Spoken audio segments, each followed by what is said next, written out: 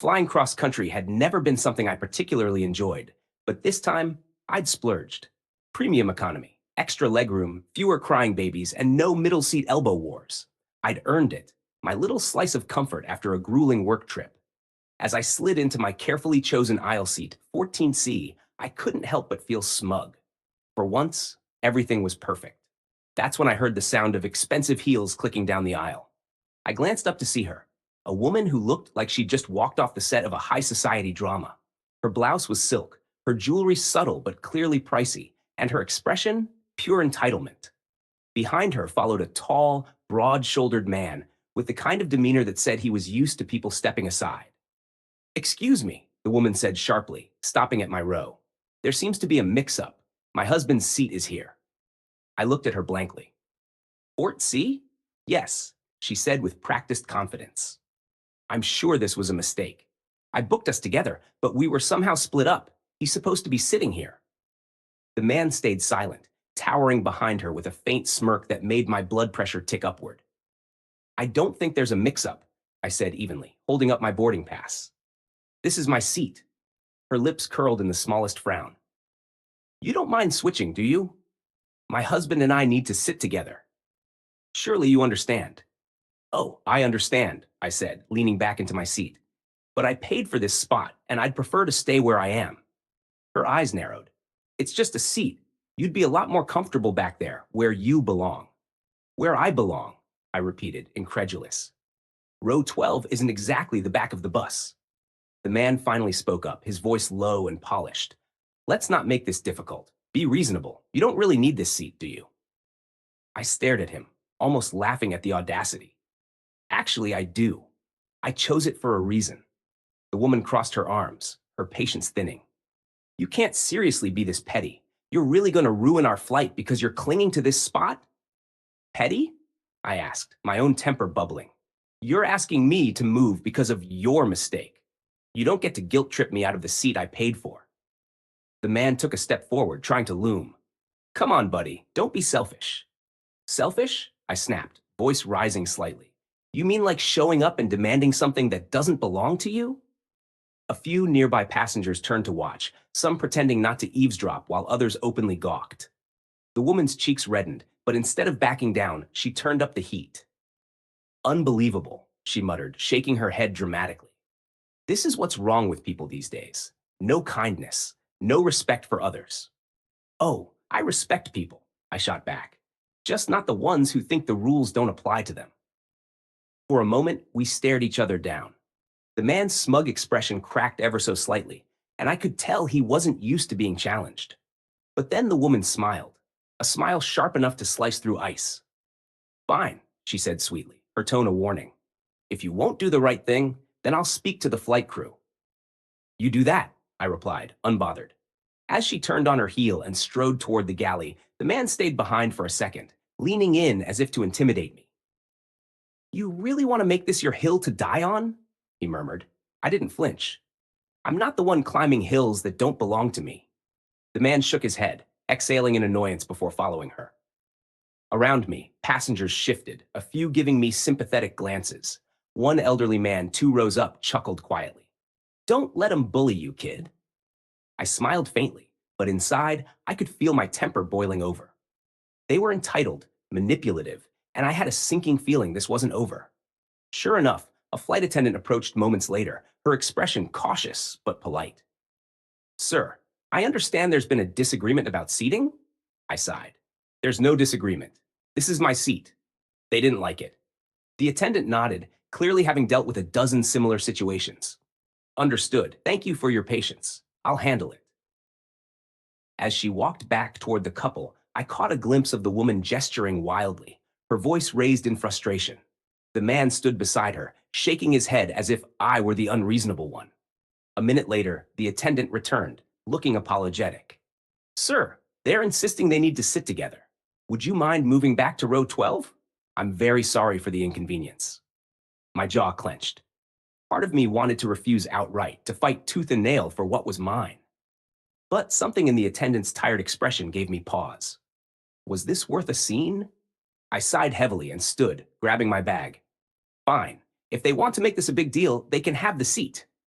Thank you, sir, she said, looking relieved. I turned back toward row 12, but not before meeting the woman's smug gaze. Enjoy the seat, I said flatly. Oh, we will, she replied, her tone dripping with satisfaction. But as I walked away, I didn't feel defeated. No, I had a plan forming, one that would ensure these two learned that some battles aren't won by force, but by patience. They thought they'd won. They had no idea who they were dealing with. Row 12 was exactly as miserable as I'd expected, wedged in the middle seat between a man who snored before we even took off and a teenager hogging the armrest while scrolling endlessly on her phone. I clenched my fists, trying not to stew. Meanwhile, I could see the entitled couple up front. Row 14, my row, was a picture of smug satisfaction. The woman stretched her legs out, adjusting her designer bag in the space that should have been mine. The man had his seat reclined already, sipping a complimentary drink like he owned the place. I muttered to myself, enjoy it while it lasts. About 20 minutes into the flight, I noticed movement near the galley. One of the flight attendants, the same woman who had apologized to me earlier, was having a quiet but intense conversation with the lead attendant, a tall, sharp-eyed woman with an air of authority. I couldn't hear much over the hum of the plane, but I caught one word, seating. I waited until the lead attendant began her rounds, pausing briefly by my row to check on passengers. Excuse me, I said quietly, leaning slightly into the aisle. She turned, her professional smile in place. Yes, sir? I hate to trouble you, but I think there's something you should know, I began. Those two passengers in row 14, they weren't assigned to those seats. Her smile faltered slightly. I beg your pardon? They were assigned to row 12, right here.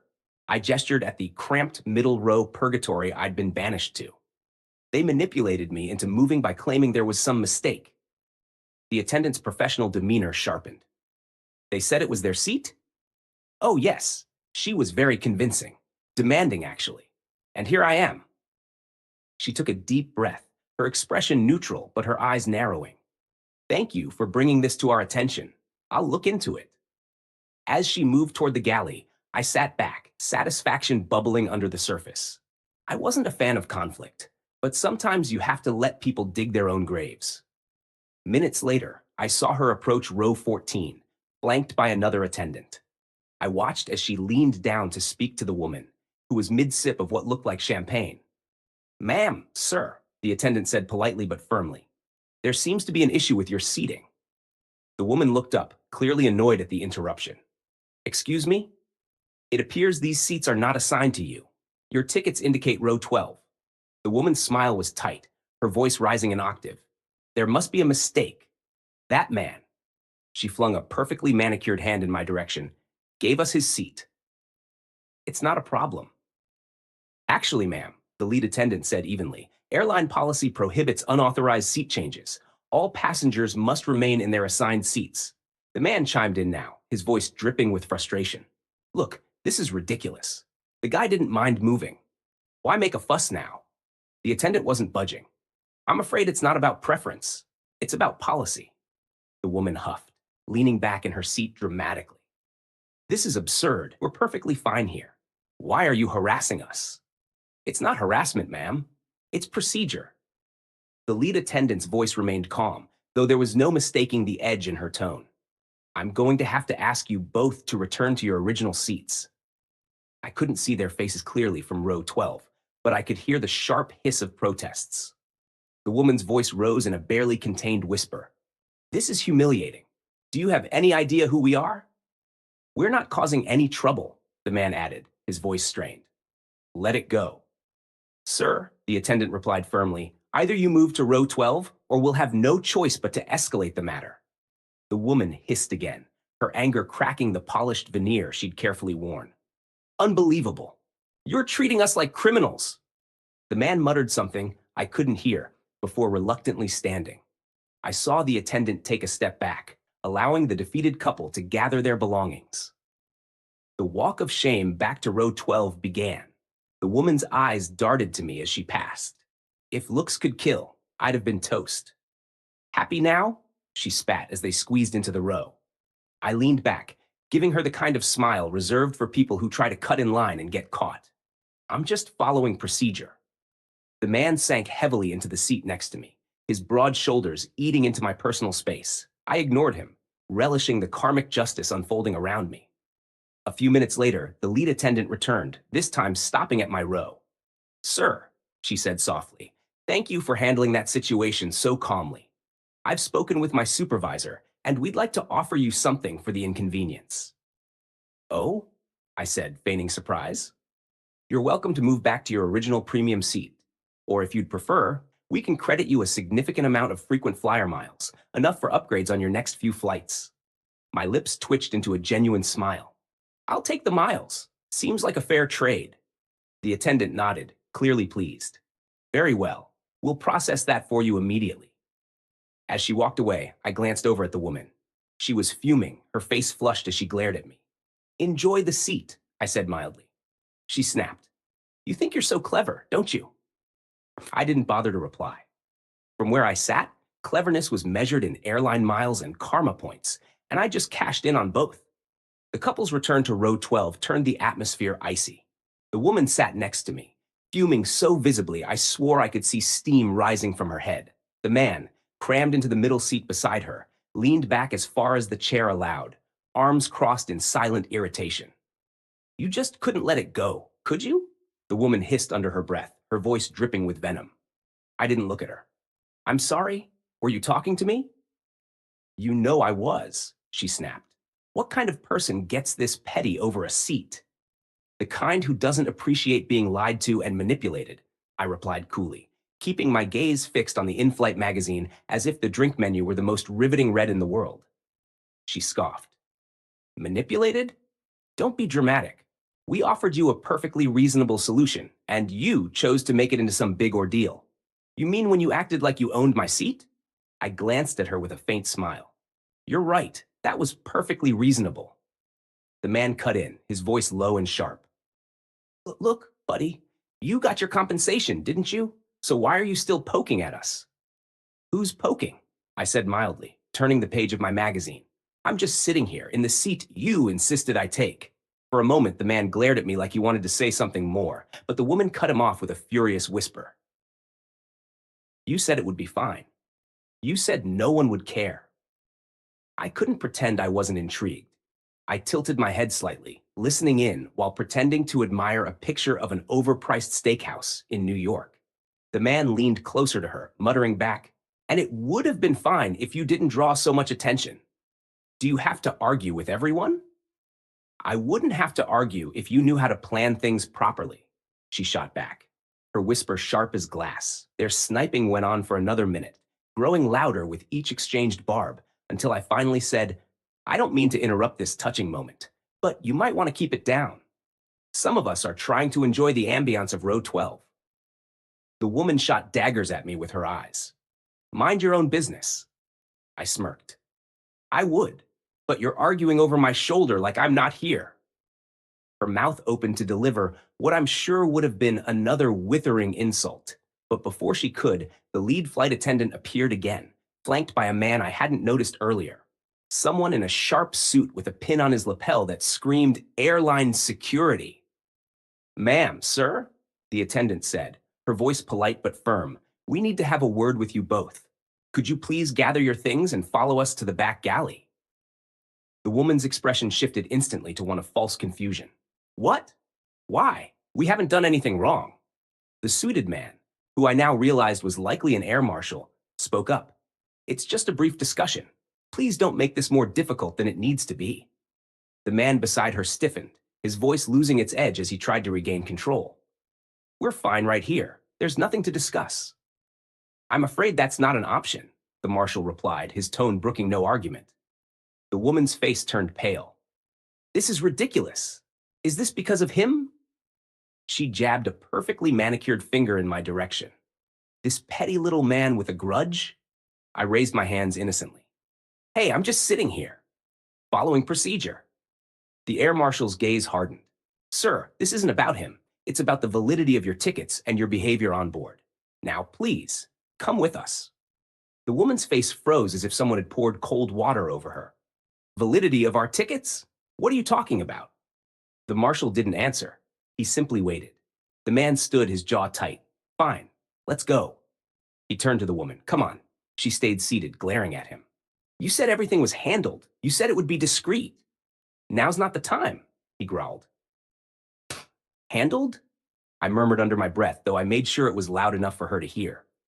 Her head whipped toward me. You're going to regret this, she spat. I smiled serenely. I already got my miles. What else could I possibly want? The marshal cleared his throat. Now, ma'am?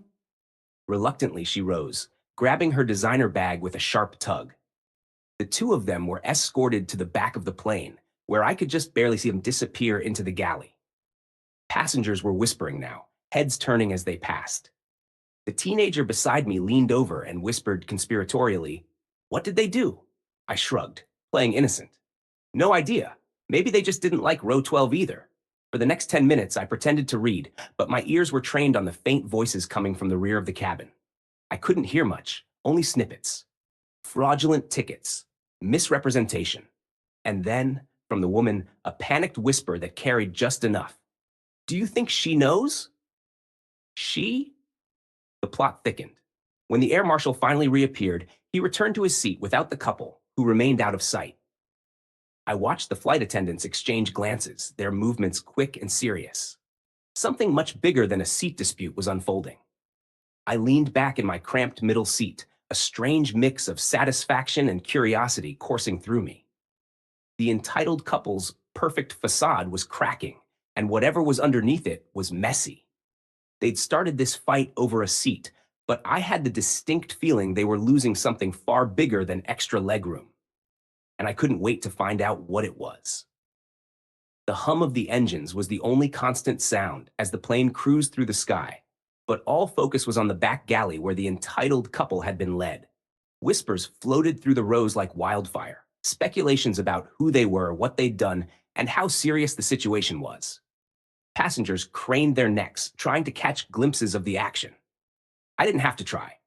I sat close enough to see the tail end of the commotion. I couldn't see the woman's face, but I could hear snippets of her shrill, indignant voice. This is a misunderstanding, she protested. We bought those tickets fair and square. A low, firm voice, likely the air marshal, replied, We've already confirmed discrepancies with your reservation. You need to remain calm and comply. The man wasn't so calm anymore. This is ridiculous. Do you have any idea who I am? Oh, here we go, I muttered under my breath, earning a chuckle from the teenager sitting next to me. The woman hissed back at him. Will you shut up? You're making it worse. I'm making it worse? The man snapped. You're the one who insisted we take those seats in the first place. You said no one would care. Maybe no one would have if you hadn't made such a scene. Their bickering grew louder until the flight attendant's sharp voice cut through. Enough. This isn't a negotiation. Sit down and follow instructions, or we'll escalate this further. That got them quiet, at least temporarily.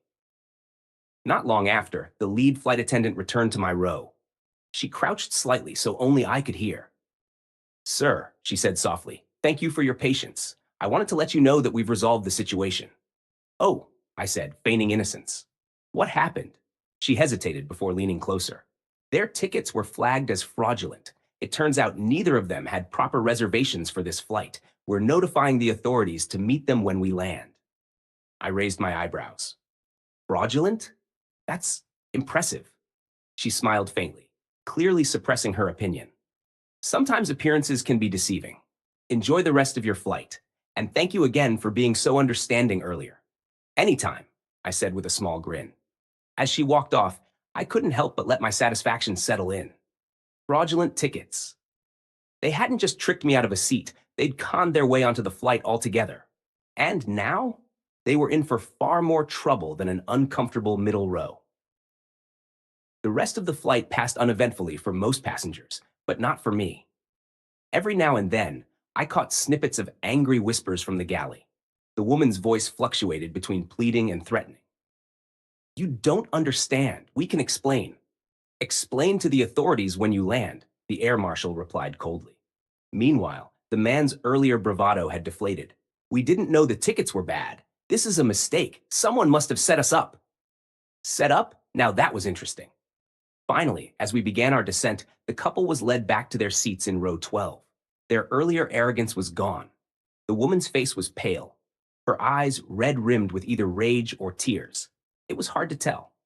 The man slouched beside her, arms crossed, his jaw clenched like he was holding back a volcano's worth of frustration. I turned slightly and couldn't resist. Everything okay back there? The woman shot me a glare sharp enough to cut steel. Enjoy your little victory, she spat. Oh, I am, I replied cheerfully. I'm also enjoying my flight miles, so thank you for that. The man groaned, burying his face in his hands. Why couldn't you just let it go? You stole my seat, I replied. You know, the one you weren't even supposed to be here to steal? She muttered something under her breath, too low for me to hear. What was that? I asked, leaning closer. Her voice rose in sharp frustration. You think you're so clever, don't you? Like you won some grand prize. Well, I replied, shrugging, I'm not the one being greeted by law enforcement at the gate. The man looked up sharply, eyes wide. Wait, what? Didn't they tell you? I said, feigning surprise. You've got a welcoming committee waiting for you. I think they call it airport security. The woman turned to the man, panic flaring across her face. You said we'd be fine. I thought we would be, he shot back. How was I supposed to know they'd check? It's a plane, you idiot, she hissed. Of course they check. I smirked as they spiraled into another whisper fight. The moment we landed, tension thickened in the cabin.